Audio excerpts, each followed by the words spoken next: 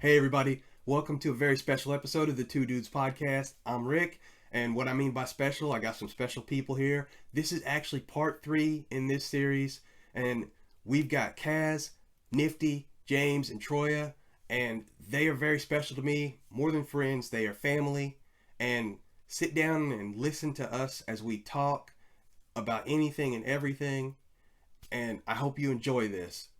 Without further ado, let's get into the conversation. Marriages, relationships are conditional now to me. A lot of them were really based off of unconditional love. Everything is conditional. Correct. So I agree. And like I said earlier, I don't know if you was here. What the fuck love got to do with it? Fat kids love cake. It don't mean the shit's good for them. Like kids, yeah, shit. Yeah. Yeah. What love got to do with it? No, it's about companionship. I think it's about communication. I think it's about But wait.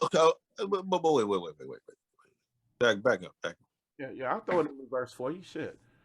Go back up. I mean, when you say love, I mean, there's all types of love, and that's where we get fucked up at. Okay, I agree to that. There's all types of love. Maybe I should say Love has to do. Here's the thing, man, and we kind of touched on this the last time we talked. without me, y'all didn't talk before. I know you wasn't here, so let's. That's what we doing in these streets, y'all. That's what we do. Now let's recap this because you didn't show here's my pet peeve. This is one of my pet peeves. When people start talking about love, they get it all fucked up. All right. And I'm going to be honest with you because you can have love. There's different types of love. There's love for a friend.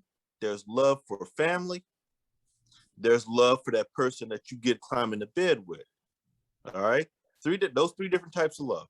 Then there's that love that's what I would call the glue. That's that agape. Okay. People get this shit fucked up all the time. I agree. I don't care what relationship you are in. If you don't understand the concept of agape, which is that forgiveness, whether it be a friend, whether it be a family member, whether it be that person you look at and say, hey, I'm with you till death do us part.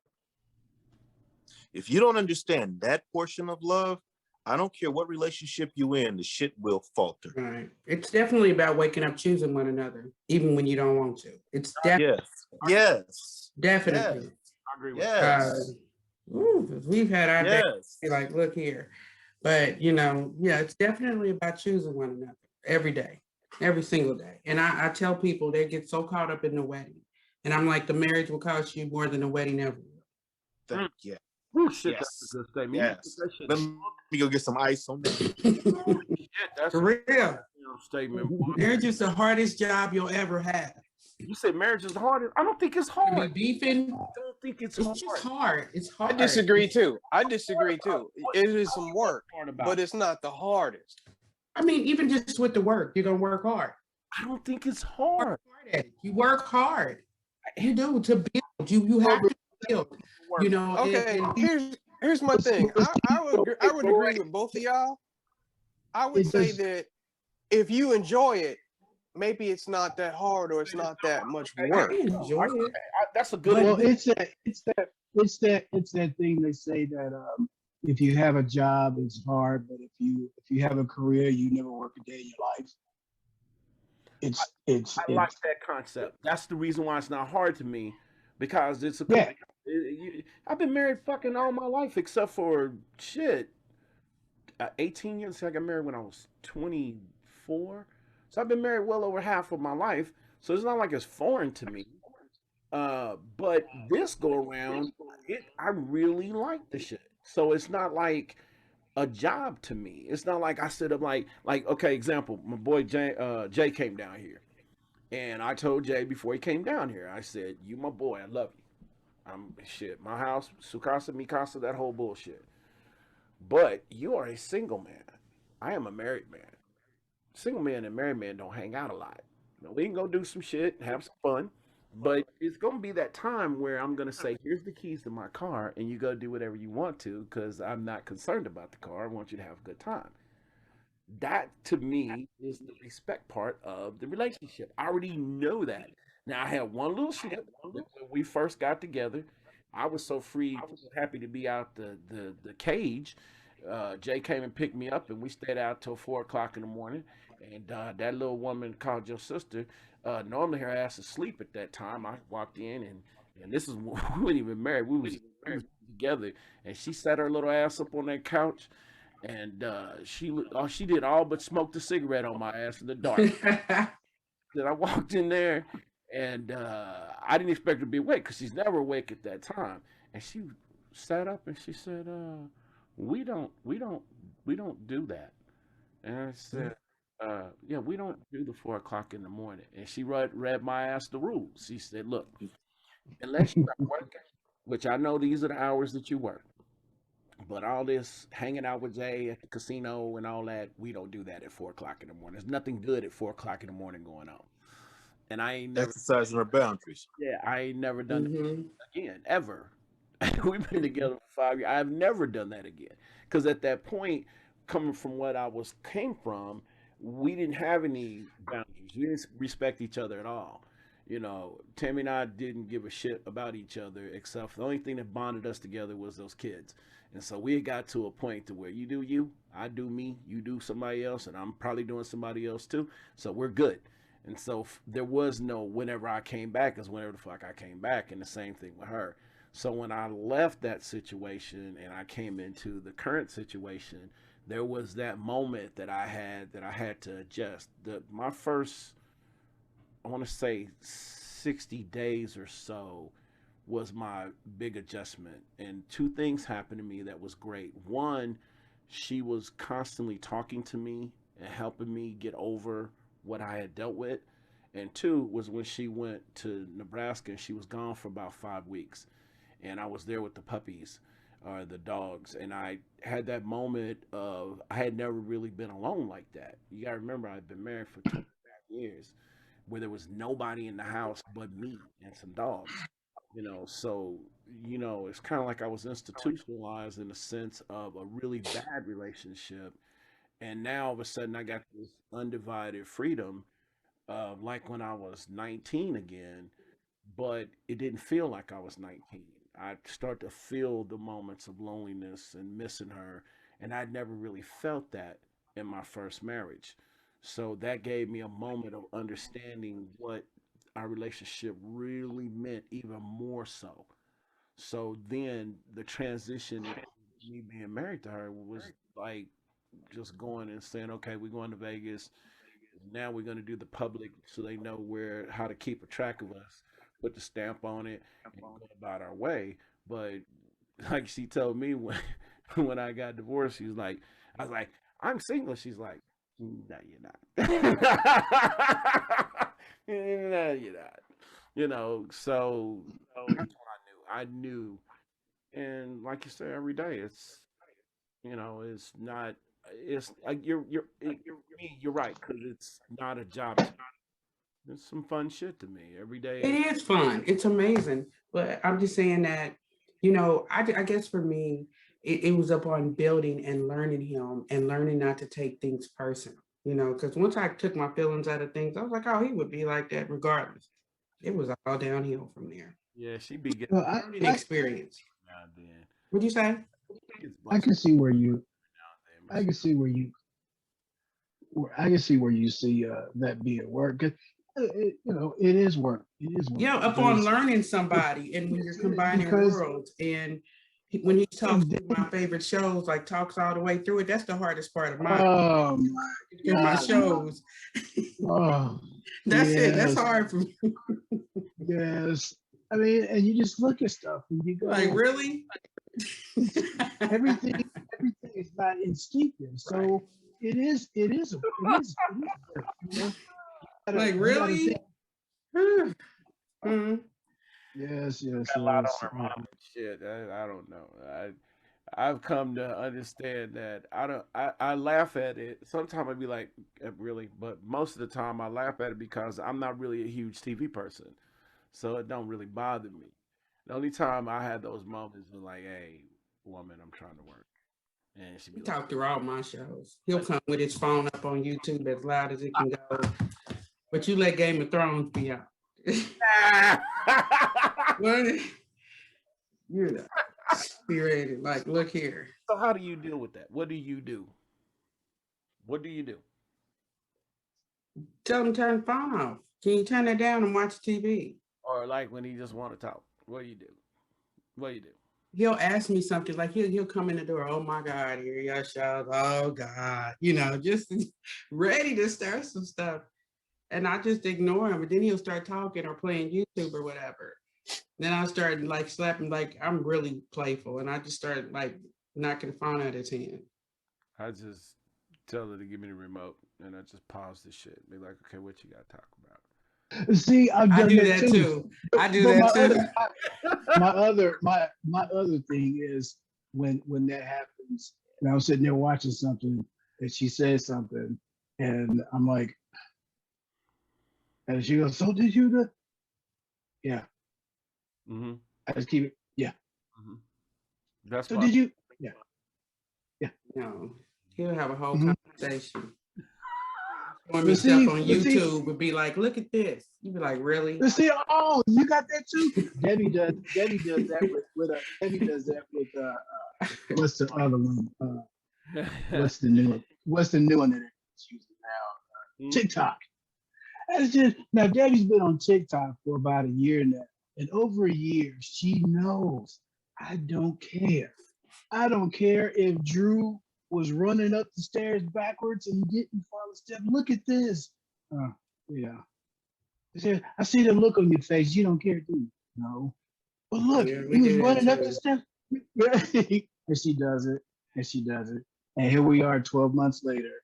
And she's still, you see what Drew now, his husband, his wife is in on there now. Now she just, yeah, I know. Yeah. Mm-hmm. I think at this point in my life, I've come to understand that I'm I won't say that I'm too old to change in the sense of a relationship. I just don't want to. I just don't.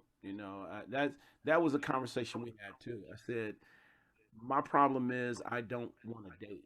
When we were talking, we weren't even married. We were just having a conversation. I said I don't want to date because then I'm gonna meet the representative. I'm not gonna be. No, I said I'm not gonna be a good date because if I was dating someone, I'd be like, hey, my name is Lloyd. This is what I like. This is what I don't like. As a matter of fact, I even said that to her. I said, if these are three things that you will see a bad Lloyd. A, if I'm hungry, if I'm horny, or I'm broke. And don't let none of them three go together. Horny, broke, and hungry, that's some bad shit right there. Lloyd just ain't a good person at all. At all. I was just being honest. That don't mean you gotta agree with the shit, but I'm telling you how I am.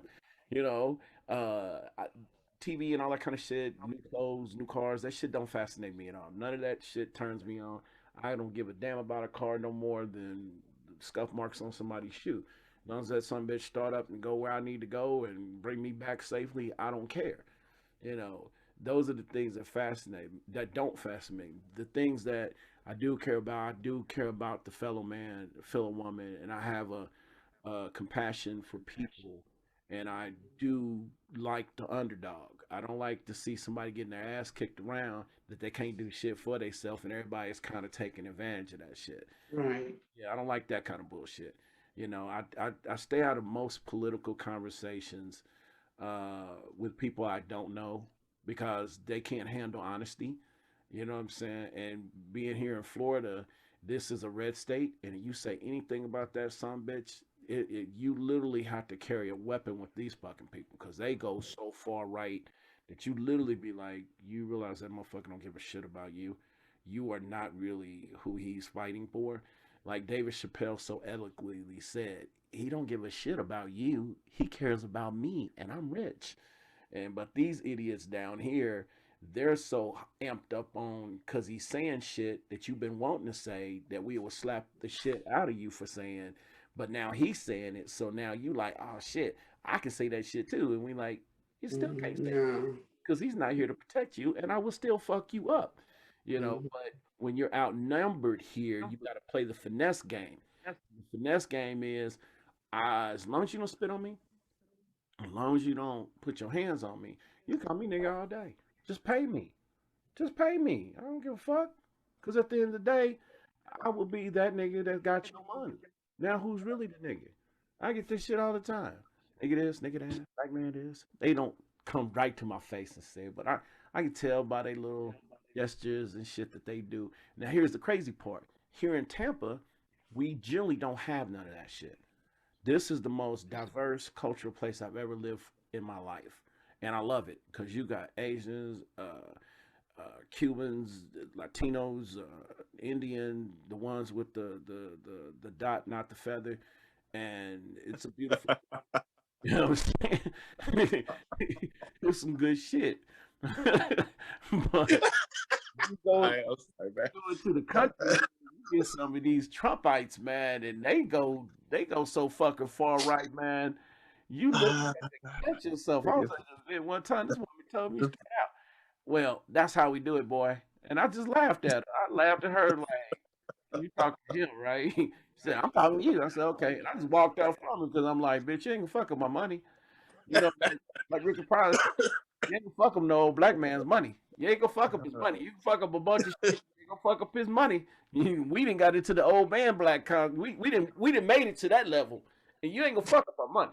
You can fuck up a lot of shit, but you can fuck up our money. Like, nah, that's okay. I'll catch up with your ass. I'll catch up with you in a different way. Just next time I run into you, you want some shit, what I would normally charge you $500, that shit just went to $800. And I'll say it with a nigga smile. That'll be $800, sir.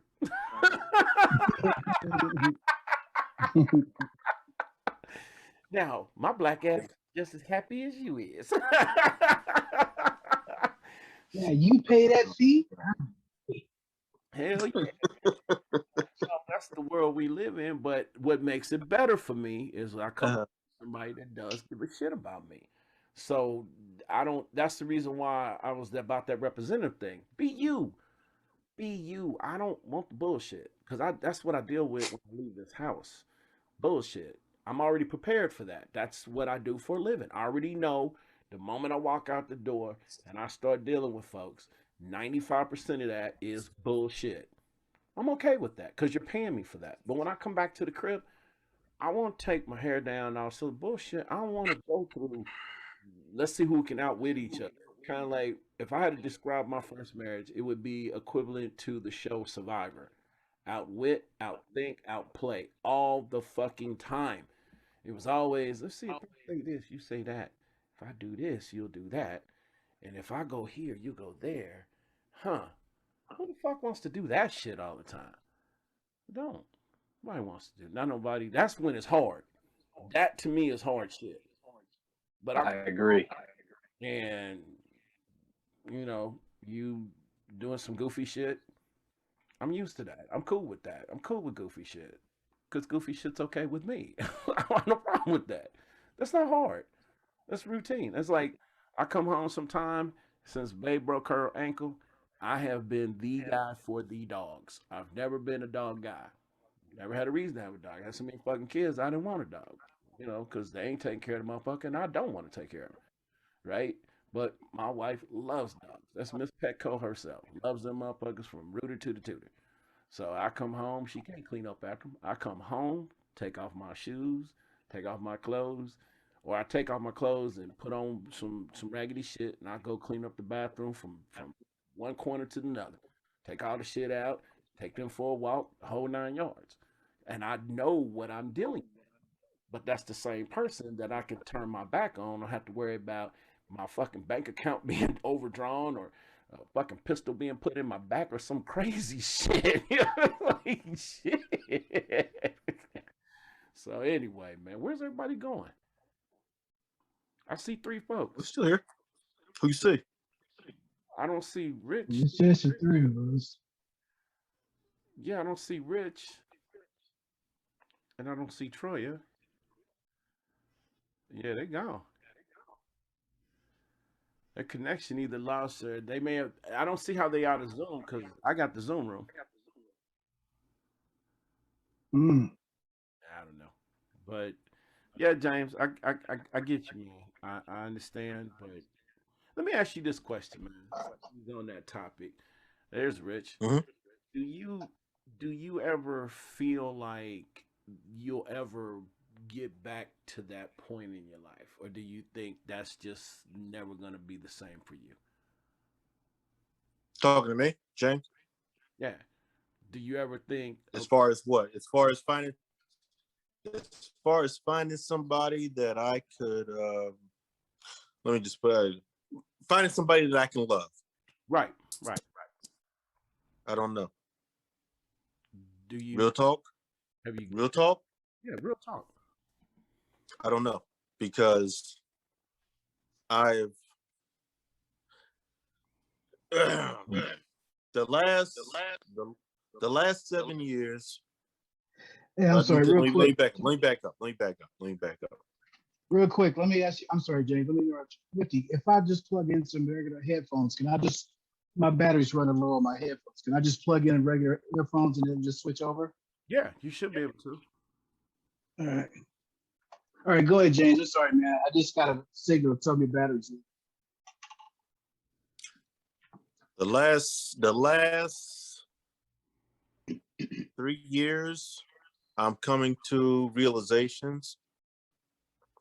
Could I fall in love with somebody again? Yes. Answer is yes. Okay. I can. Okay. I can. I truly believe with recalibrating who I was, who I am, Mm-hmm. and not where I'm going, because at this point in time in my life, there's no where I'm going. Okay. What do you mean? Because everything that I said that I wanted to do, I did it. Okay, got you. Okay. Okay. I wanted to have a good job. I wanted to have a good life. I wanted to be in a position to where, in all honesty, and it's not, no braggadocious, no shit. No, I wanted to be in a spot to where when I wake up in the morning, I got no fucking stress. there you go. Job wise, money wise, people wise. Okay. That's what I wanted to be at. I mean, I didn't know, and in all honesty, bro, coming out of high school, I was one of those motherfuckers. I didn't know what the fuck I wanted to do. Okay. I just know that I didn't want to be broke. I don't care if I had to dig a ditch. If it paid $1,000 a day, I was going to be one shovel throwing motherfucker. Okay, that's all it was to it. I wasn't that type of dude. I didn't, it was like, fuck it, shit. It's a cash green. Yeah, I'll do it. Mm-hmm. Fuck it. Okay. So, with that being established, fast forwarding to now, what is it that James wants? All I want to do is just have, and I can't, and I've said this to Van a couple of times, man. I respect you guys. I respect the fact that you raised kids. I respect the fact that you got married, had families, because that's a job within itself that people don't say, yeah, motherfucker, that's down. That's what you're supposed to do. Yeah. You know what I mean? I know. Thanks, man. And I wasn't that cat. And I knew, and I'll be very honest with you, man, and I used to joke about this shit. James, you want to hold a baby? Fuck no, I don't want to hold no kid. I don't want to hold no fucking kid. I mean, it just wasn't my thing. I just gotta be honest. It wasn't my thing. What do you want me to say? There's nothing wrong. It wasn't. There's no apology that you need to make for that. There's nothing wrong with that. Yeah, but in that essence, I hooked up with a lot of women, and I'm not gonna say a woman, a lot of women that wanted that situation, and I wasn't the dude for them. Okay, I wasn't. And without really going and delving deep into situations, because like I said, there's some conversations, and like I said, no due respect, no disrespect. There's some conversations that are not meant for certain ears, period, regardless how long you know anybody. I understand that. But as far as what I wanted and what I wanted to do and how I should have done it, there are some things, if I could have changed them, I would have changed them. And all I'm sitting here, if there are some things that I could have changed, would I have changed them? Yeah. Would it have been good for me? Probably not, because I wouldn't be the person that I am today. And it takes a hell of a person to be able to not only admit that, but understand that. Because as you say that about us and raising kids and all that, I'm going to be honest with you, I'm struggling with being a grandfather in the sense that I don't want to hold your kid. I don't want to come by and spend time with grandkids like that because I've had so many fucking kids and I've had brothers and sisters and cousins and people to take care of. So it's not like I'm just like, if you look in, I don't have a wallet, but one of these little things, I don't have pictures of my grandkids in my wallet or on my phone and shit like that. It's not that I hate them, 'cause I don't hate them. And I do enjoy when I do see them, like on Zoom or something like that. But I don't want to be forced. Like, these are your grandkids, come get them, come spend time with them. It's like, and as a matter of fact, I called my mother about 2 weeks ago, and I said, I understand why you feel and act the way you do when it comes to not wanting to be around a bunch of people's kids. My mother, at the age of 13, was having to take care of her nieces and nephews that her older siblings would bring back and dump off at her mama, which is their grandmama, and she's forced. That's why she only had one kid, and that's why she never was like, I'm coming to get the grandkids and spend all that time with them, because she was taking care of kids all of her fucking life. You know what I'm saying? So she wasn't W.C. Fields where she hated kids, but she wasn't just opening her arms like, just bring them on to me, you know? And so as a grandfather, I love my grandkids. And now that I'm in Florida and I've had a chance to be away from family, I really do appreciate family to be like, okay, if when as soon as this pandemic is over, I want it to be every year for their birthday, they can come down and stay down here for 2 weeks. I would enjoy that. But outside of something happening detrimental to my kids, where I had to take their kids, I don't think I'm gonna be. Now Leslie's totally opposite than me, and we respect and love one another for that. Leslie can't wait to have a new picture of grandkids and post them on Facebook, and we'll travel in a snowstorm to go see them. But that's not me. I want to see them, but I'm not to that extreme. So for you to feel that way, that's good in a sense that at least you can say that and not try to hide behind it and make an excuse for it. Like, well, because it sounds good. Nah, man, it is what it is. And that's the part of being a real person. And that's why I have so much love and respect for you, because you tell it like the fuck it is. Instead of trying to candy coat some shit because it sounds good. You don't have to sound good to me. Mhm.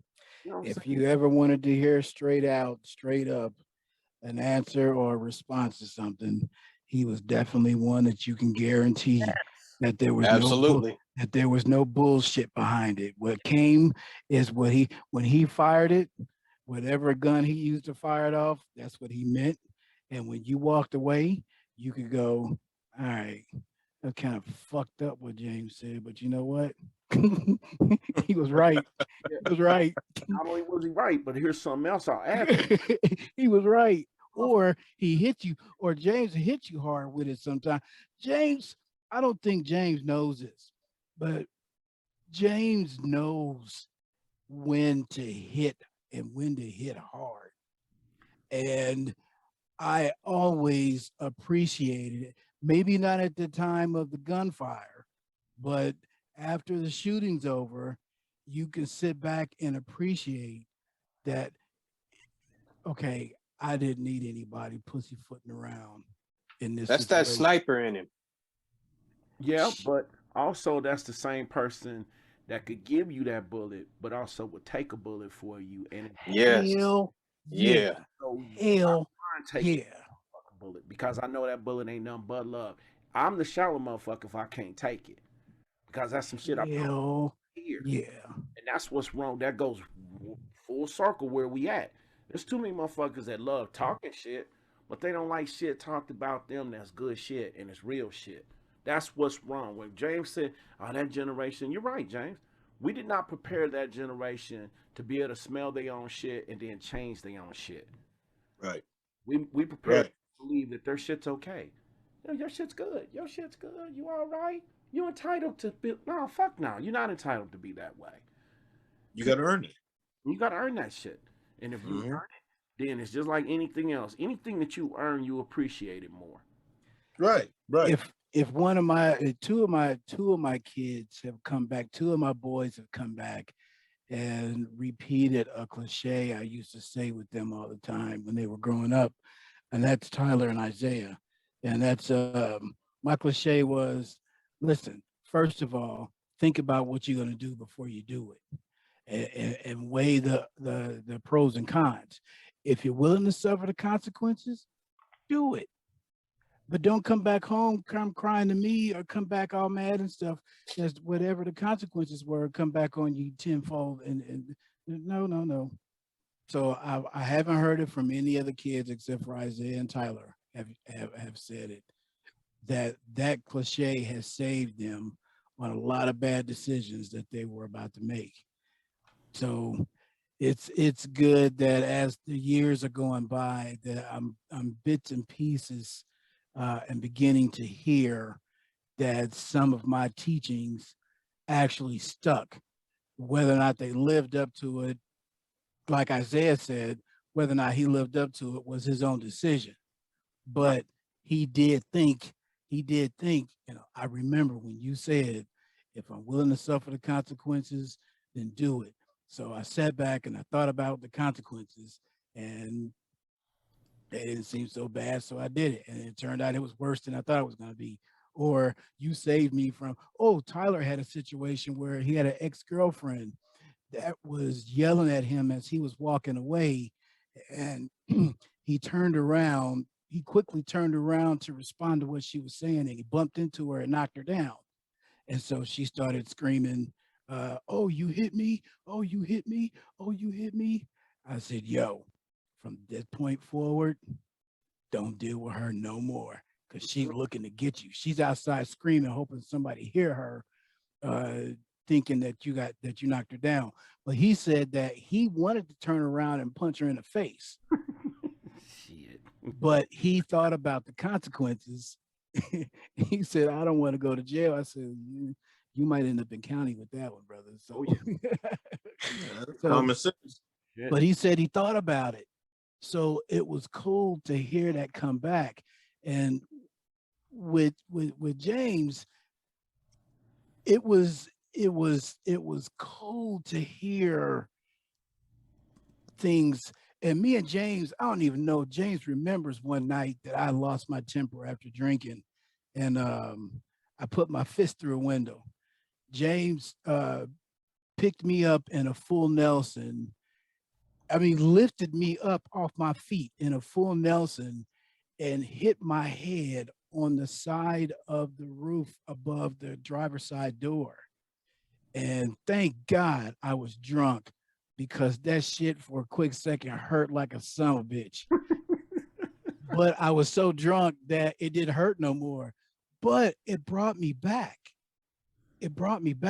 And it's been times like that in so many scenarios that he has said things that at the time, it's almost taking each other for granted. Because at the time you don't really truly appreciate what one is doing for the other, just because it's just the way we roll. Mm-hmm. And so now, me being 54, I look back and I go, I was in Grandview. I was in the parking lot of Applebee's. I had been drinking all day. If this man hadn't busted my head up against this roof, I could be sitting up in Grandview right now. Oh boy. Mm-hmm. Yeah, it was Applebee's in Grandview. Yeah, I remember what you're talking about. So everybody, you three, man, I just, I'm gonna shut up because everybody needs to say something. But I can pick out situations where, my life is so much better because of my experiences with y'all. I mean, just there's a period. It just is, and I could spend the rest of the night into the next month describing each and every one of you. I mean, Rich taught me the art of, me being laid back was always a weakness for me. I always had to push myself harder to be the casual that I was. which also sometimes affected my motivation. Rich is not the high energy that you and James are. But Rich always got something done. Rich always stuck to something. Rich always pushed through. Rich always kept reaching. And Rich so, is steadfast. huh? Rich is steadfast. Absolutely. Yeah. Something like that, yeah. And it No, showed, Rich is steadfast. Rich has always been steadfast. but Rich has always been steadfast. Cassie has always been sensitivity. And Lloyd has always, and in all honesty, Lloyd has been for me in business. Lloyd has been that catalyst of knowledge. yes, One of the things that impressed me about him, Wow. we went to Cancun, and I watched this dude. I mean, I just stepped back and watched this cat. He would, I didn't know what word to speak. I mean, you know, my Spanish words were either cuss words, sexual words, or some bullshit. And I watched this cat, man, just like take a waitress, wrap her around his finger, and get whatever he wanted. yeah. I watched him take a concierge, do the same thing. He would learn. He was what I would call in business knowledge savvy. Thanks, man. You know what I mean? Oh man. Because I use that every day. I would fall back to, there'd be shit that I ain't never been there before, and I don't know this shit. So what do? I go to the basics. This motherfucker went to the basics of language and communication to get somebody to understand that he wasn't fit from there, to get them on his side and give him whatever he wanted. Everything that I watched him do, he would do that. That was what I called knowledge savvy. And Lloyd had that. He just had that. Rich was always steadfastness, because to me, Rich would be like, I don't care what it was, how it went down. You could say this, that. Rich had his own idea how the fuck he was going to go, and he did it. I applaud that. And he Sensitivity, and he stayed on it. sensitivity would go to you, because you know me, bro. Me and you talk. I'm not a sensitive motherfucker. I try to be. No. I'm a consequence motherfucker. You know what I mean? Either you know, it's either red or yellow. It's red or green. There ain't no yellow in between. You know what I mean? You fuck up, you get fucked up. You do good, you all right, cool, fine, rest. But that's just where I'm at with y'all, man. Discipline. You know what I mean? That's what I learned from James. Discipline. James is like, Yes. I'm gonna do it. I'm not, and I learned that I'm gonna stick with this shit. And I'm in the motor, and he's not only disciplined, unity. If I had to describe him in those words, unity. I'm in the motorcycle gang. I'm in the club. I'm in the club. I'm in the Marines. I'm in the Marines. And there ain't no I'm kind of in. No, I'm in. If I'm with you, I'm with you. You know, and that shit was like, man, you know, when James left and went to the military, he didn't go and like 2 years later, I got armor discharge. No. He came back and wore his medals with fucking pride, you know. And not only what I liked more about him was he stood for something and didn't fall for any fucking thing. When my former father-in-law was talking bullshit, James was like, "Motherfucker, I done went overseas and dealt with all kind of shit. You're not gonna call me a Geechee no more. We can have fun, but I stand for some shit, and that I don't stand for, and I don't give a fuck that you sitting over there talking about what you got. And matter of fact, my former father had a pistol in his fanny pack, and James looked right across the table. I'll never forget this as long as I live. He looked across the table and said, "But you gotta get to that motherfucker." Now that's some. That's James. That's James. That is to tell a motherfucker that with a pistol in his fucking fanny pack, bro. Literally, like, it's sitting right here, and he's like, well, you still got to get to it. Now, the concept of that is, damn, he's right. I got to unzip this motherfucker and then reach in there. And by that time, I done came across this table on your ass. Either that or you eating the table. Yes. And I saw, I'm like, man. And the reason why James and I connect, because we have the same type of fathers. We have the same type of dads. And we think and we move in a sense of saying, there, like he said, there is no yellow. It's either you green, go, or you don't. Either you do it or you don't. You know, and you got consequences on both. On both. You know, like when I use Leslie as an example all the time, because when I say to her, we're gonna get this done, and because she ain't never really had no husband to say, yeah, we gonna do it. She's skeptical, or she's way better than what she was. She's like, no, because I was taught when you get up and you put your feet on the ground, you're gonna do something or go somewhere. If that's the case, keep your ass in the bed and don't do shit. Don't talk about, oh yeah, if I get out the bed, I put my feet on the floor and I might walk across the floor and nah, fuck you gonna get up and move or not. And if you ain't gonna do shit, then stop talking about shit and we got other shit to do. And so Right. James always made me feel more of that, man. That dedication and that I'm gonna do this shit and that's that. And he got out of all of us, outside of Rich, because I don't know Rich's background like that. James was like, I'm gonna go to the military, I'm gonna buy my house, I own me a vet, I own me several bikes, I got me a great job, I'm responsible. I ain't letting no woman deter me this way or other. And I'm like, shit, I wish I could do that shit. I'd have been a fucking millionaire. Cause I wouldn't have got sidetracked with Tammy and God knows I love my kids. I would never trade none of them crazy motherfuckers. But You should. there's a time where I could have been further down the road if I would have been disciplined. If I would have Yes. James was the man. what do they call it when you're looking at the leader? James was the James. not example. I ain't no example. Trust I me. mean, but no. What he's talking about, you are the example. You are the example. You Man. were the example. If all of us sit back and think of every time you said you were going to ... You did. Did going to ... come to fruition? Yes. You did. I'm going to give me a good... You went to Ford. Then I said, then it was the vet that I heard about. Yeah, I remember the vet. That was my earliest memory of James. I'm gonna get a vet. And then wait, James didn't just get a vet. James got the anniversary. He got the anniversary vet. Yes, and I don't need to get a vet. This motherfucker's like, I work at Ford and I'll drive my fucking vet to work every day, and you better not say shit. I park that motherfucker right up next to the Mustang. Dude, that is discipline, and that says that goes right back to what I said. If I could have taken 2 ounces of that when it came to a just 2 fucking ounces of that, and said, you know what?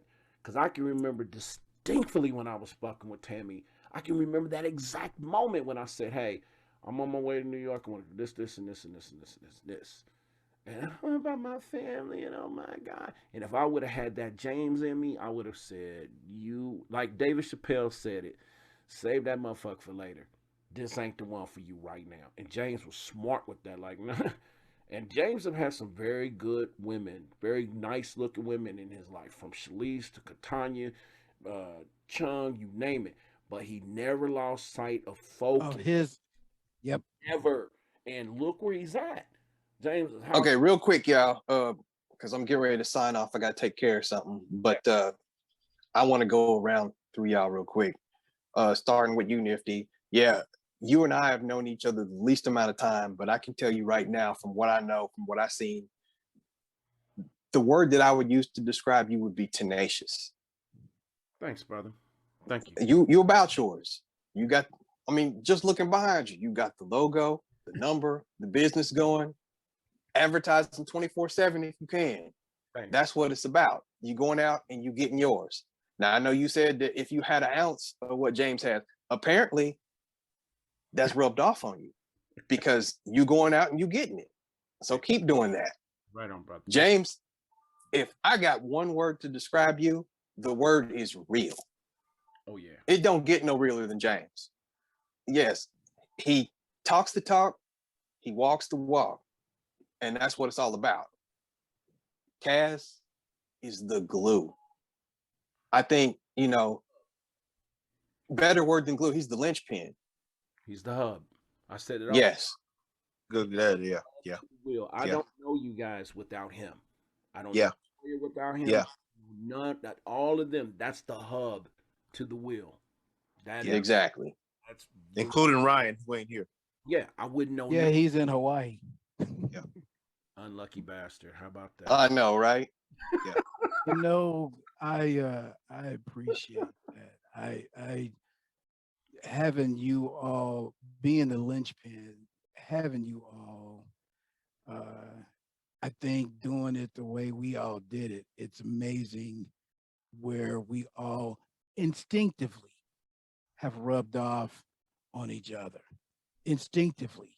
Yeah. We never really sat back with each other and said, hey, you know, I mean, I don't know, man. You can just write an outline on each other with descriptions. I think I look at little simple things, and like I used to run with Nifty, and I used to always wish I had his courage. I mean, because I've seen his ass jump out of a car and just barely threw it in park and just get out and start slapping motherfuckers.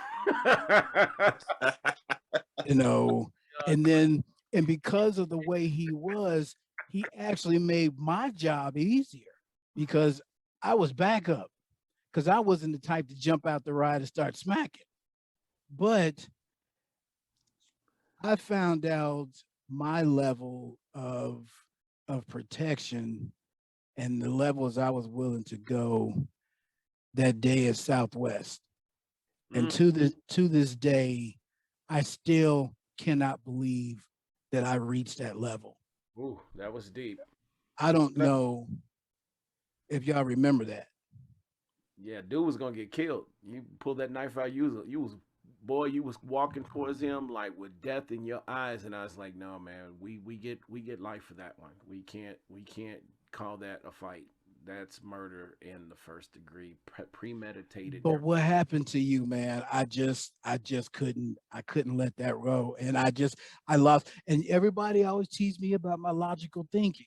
Yeah. But that day, after what I saw, because the time that I spent down there with you, you were a superhero level.